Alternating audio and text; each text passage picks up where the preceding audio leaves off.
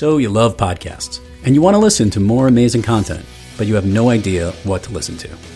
And your friends keep telling you about great episodes, yet you can never remember what they told you. Well, here's the answer. Good Pods. It's the social app dedicated to podcasts, where your friends, podcast listeners, and favorite podcast hosts all come together to share on their feeds what they recommend and what they listen to. You can connect to others, bookmark episodes, start a conversation about the episode, connect to the hosts, and most importantly, listen to great podcasts right in the Good Pods app. Download Good Pods wherever you get your apps and start sharing with a community that loves to listen. Good Pods. It's where to connect and listen.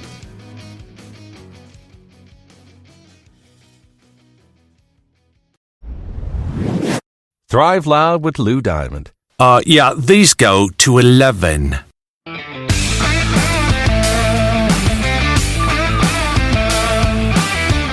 It's time to take an inside look at those that are taking their lives, their businesses, and their passions to the next level.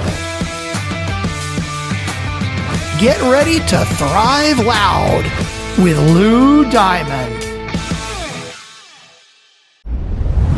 Welcome, everyone, to another episode of Thrive Loud with Lou Diamond, connecting you to the most inspiring and amazing people that are thriving each and every day.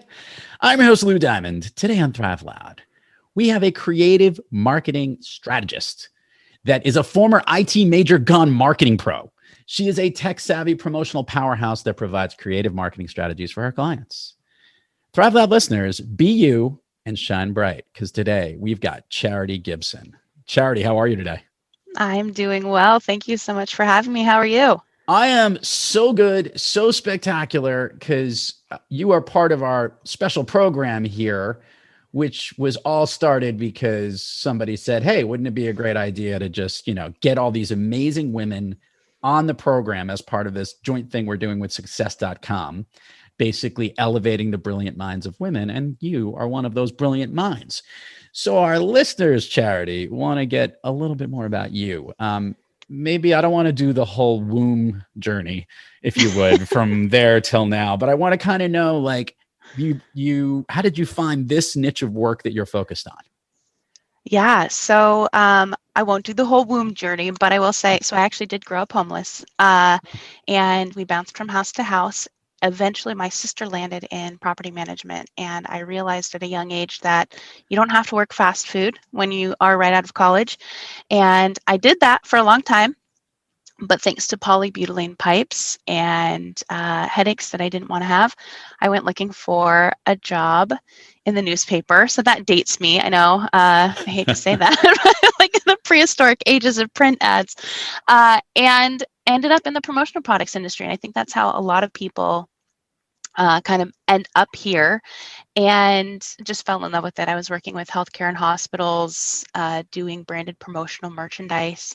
And eventually, it's really funny because when I left that company, the owner of the company, he said, you're the most intelligent person and the most creative person I've ever met in my life. And you're going to do amazing things one day, but it's not going to be in promotional products. And so fast forward, started my own company in this industry in 2010, and joined an organization called PromoKitchen. I was the social media director and editor for a while, and we had you on our podcast, and you're good friends with a couple people like Johanna and Larry from Axis. And so fast forward even further from that, just actually 2 weeks ago was named the #1 online influencer in the promotional products group. So really somebody fun. Showed somebody up, that's for sure. Yeah, that was not my goal or my intention, but man, it feels good. So I want to double click a little bit further down here. Tell me specifically the niche that you focus in on, because our listeners love to understand a little bit of like the day in the life of what you focus on. Who is the kind of clients that you deal with, and what's your superpower, if you would, Charity? Yeah. So I actually, I was a distributor, so I was kind of playing on the side of the Axis Promotions of the world. And my business partner left my business in 2015, and I didn't know what the heck to do with my life. And so I called my mentor, Mark Graham, and asked him if I should continue doing this distributor thing or what. And he said, Charity, why don't you do social media for a living? And I looked at him, well, through the phone, looked at him through the phone. I don't know how you do that, but I You said, can. Actually, you can who, today. That's the wonder of I guess you can technology. today. Yeah. Right. I looked at him and I said, Mark Graham, who in the world is going to pay me to play on Facebook all day? And he said, I have a few ideas. And so because he runs a technology company, he actually hooked me up with a couple people that use his platform that needed someone like me to make it a viable, successful thing for them. And so that's kind of how I started. So my niche in the industry is really doing social media, but specifically for supplier manufacturers in our industry. So we do about, as an industry, about $27 billion a year, and we have a really unique kind of food chain. And so I am in a very small niche, which kind of brings me to actually why I ended up with you. But the the long and the short of it is I do social media for about 10 different supplier companies in our industry. So that means cultivating and curating content, doing basic graphic design. It basically means I'm a Canva master is what it's amounted to. Even though I know Photoshop, it's kind of taken over my life. And then just engagement, and through that becomes mentorship. I was told at a young age that you should know your client's industry as good or better as they know it themselves. So you know what challenges they're facing, who the competitors in the space are. And so I I would reckon that I am probably one of the most knowledgeable people in the industry, where to get every single product, the different decoration techniques. I have a great intricate working knowledge of all of the challenges coming down the line as far as importing challenges and shortages on containers. And so even the population at large is going to be facing big shipping delays because of the stuff that's happening overseas. And I've really made it my mission and my journey to just know everything I can so that I can be the most helpful, uh, you know, basically the most helpful person in the industry. like, Yeah. just, you know, Listeners need to know, because I have a good familiarity with this space, having worked with Access Promotions, and Larry's been a guest on the show a couple of times. And one of the things that you really have to understand is when you see swag, listeners, and whether it's company swag or whatever, there's way more to it than you think there is. But there's also a really importance to it from a branding perspective and marketing perspective in so many different things, not just a meaningless thing that's on the side of your desk, but some useful things that you can use each and every day. And I want to know from your seat, because you started inching in this and how we got together. Obviously, social media is constantly changing, and there's new ways that people are connecting. As someone who sits at the forefront of this, how are you positioning yourself to be even more savvier than you are, than you've been, I guess, to really enhance and provide value and connectivity to your clients? yeah. So the main part so I actually work for an umbrella company, and it's really not difficult to sell umbrellas, but I also live in Arizona, so trying to sell umbrellas in Arizona always that's, fun fact for everybody out there: umbra is the Latin root word for shade or shadow. So umbrellas were actually invented for the sole purpose of providing shade. It wasn't until afterwards they became a rain device. So just so that you know that. But the biggest thing is trying to make something important relies on the messaging, because when it comes down to it, nobody cares about your logo. And that's a really tough thing for business owners to hear, because we care a lot about our logos. And so where I have been able to kind of my unique genius is in crafting really strong marketing messages. And so that has been where I've been able to quote unquote thrive. Yay, I threw that in. And so it's been in creating, these kits for people, and like electronics organizers. Instead of putting just a company logo on it, the one I created said, "Will help you keep it together." And on one of our umbrellas, we did a rainbow umbrella, and we went off of the Italian struggle with COVID. They all painted rainbows and put them in their windows, and they used the hashtag Andra tutto bene, which means it'll all be okay. And so I took the rainbow umbrella that we have, and we put a quote on it that said, "The greater the storm, the brighter the rainbow." So Oh, I really like that. my unique genius, yeah, thank you. My unique genius has been just figuring out how to take a common product that is both useful and keepable, because people won't buy themselves an umbrella, and teach others in our industry, not only about umbrellas, but tumblers, anything. We want products to be wantable, keepable, usable. And if you do it right, somebody's going to want to steal it from you. And so that's where my strengths have really come through, my just, marketing forte. And then using social media, obviously, to multiply that message. And so I really love educating. I love mentorship. I love trying to teach people how they can do better with the medium that we have. And then, of course, that includes not only just regular social media channels. I just believe promotional products plus any marketing medium, it's a huge multiplier. So you can give something away. It can be a free gift with purchase. It can be a subscribe now and get this free t-shirt, something like that. So teaching people within our industry how to really make a big difference with what we do, instead of just creating what we call brand fill, which is, stuff that you get that you don't really want and you can't regift it to Aunt Edna because it has a logo on it. And so it ends up in the trash. We want to avoid that. So that's been a big part of my focus, and recently took to Clubhouse, of course, mostly to expand my speaking career, because I do have a new side gig. Again, going with educating and personal branding and marketing. I don't know, I haven't figured out how to foray what I do in promo to the knowledge industry, but I'm trying, and that's why I'm here. So I ended up on Clubhouse, and now on Clubhouse, I'm teaching all of our promotional products people how to use Clubhouse and how to just not get on stage and be like, buy this t-shirt. So that's been fun, but it's really interesting. I was going to go there before we dive down the Clubhouse avenue. I did want to hit this because there's a lot of changes happening in the social media space, and even in, I'll say this, in the web space, as it relates to the elimination of cookies and things like that a lot of advertisement and things have been dealing with. Have you been dealing with that aspect of it as it relates to helping with your clients on the different social channels that they deal with, and maybe changing the way or rethinking how they should be marketing their products? So it's funny that you say that. I know you get all the notifications, right? When you go to post something on your Facebook page, it says some content may be affected, who sees it might be different based off of new laws and regulations. And that's all fine and well. I think the fun part about doing social media the way that I do it is that social media was invented to help us become more social. Of course, it's evolved and changed and has helped us with other things, some good, some bad. But the biggest thing at the heart of it is connection. And back on the day when we were on Twitter, we used to have a term that somebody coined. It was called return on relationship. And I think that, to me, has always been my main driver. I want to meet people. I want to get to know people. I want to hear their story.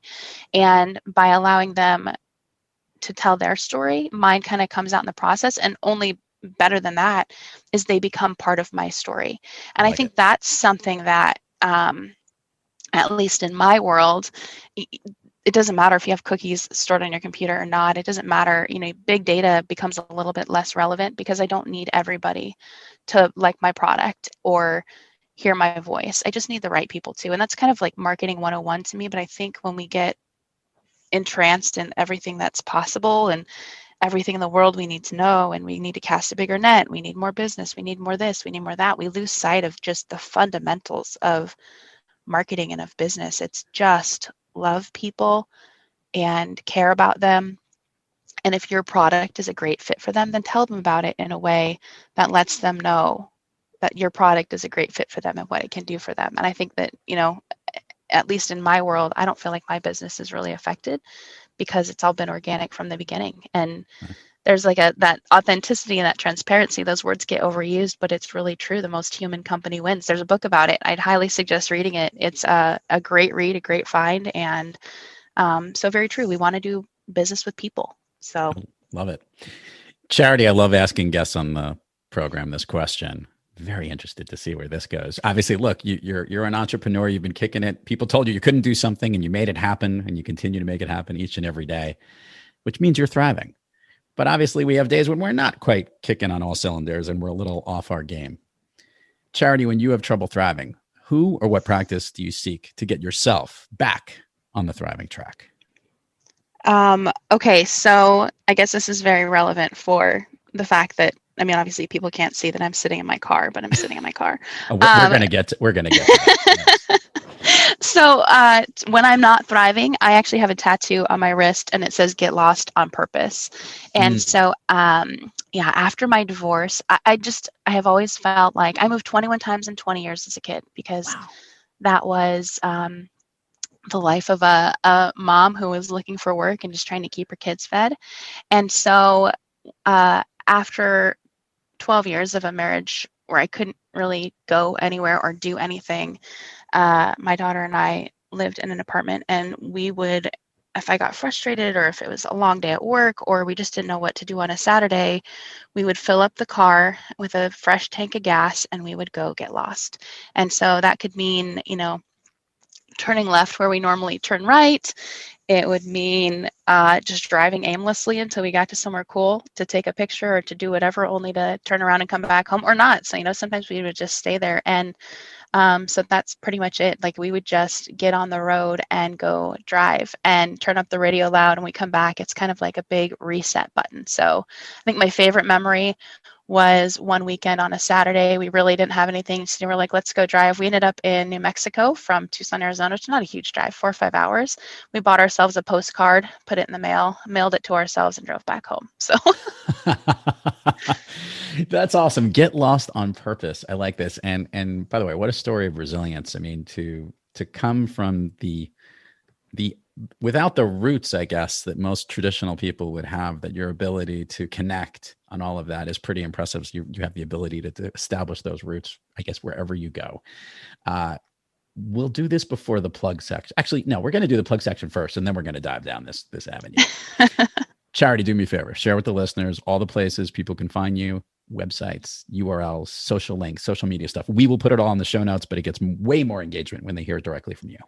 Yeah, so I mentioned that I'm in the promotional products industry, so I'm trying to get into the speaking side of things, so you guys can come along with my journey and kind of watch me grow. It's really just starting right now, so kind of the founding members, if you will, you can get me on Instagram at It's Me Charity G. I bought the matching URL because, you got to be on brand all the time, right? So it's mecharityg.com, and you can find me on LinkedIn at Charity Gibson, and yeah, pretty easy. All right. Bright pink everywhere. You'll see it. We're going to go down Fun Street here. And I'm going to start off because this caught my attention when I saw it, and I thought it was really cool. Can you share with the listeners one of your all-time favorite movies? I can. All-time favorite movie, Molly's Game. Okay. Why does that movie connect so much with you?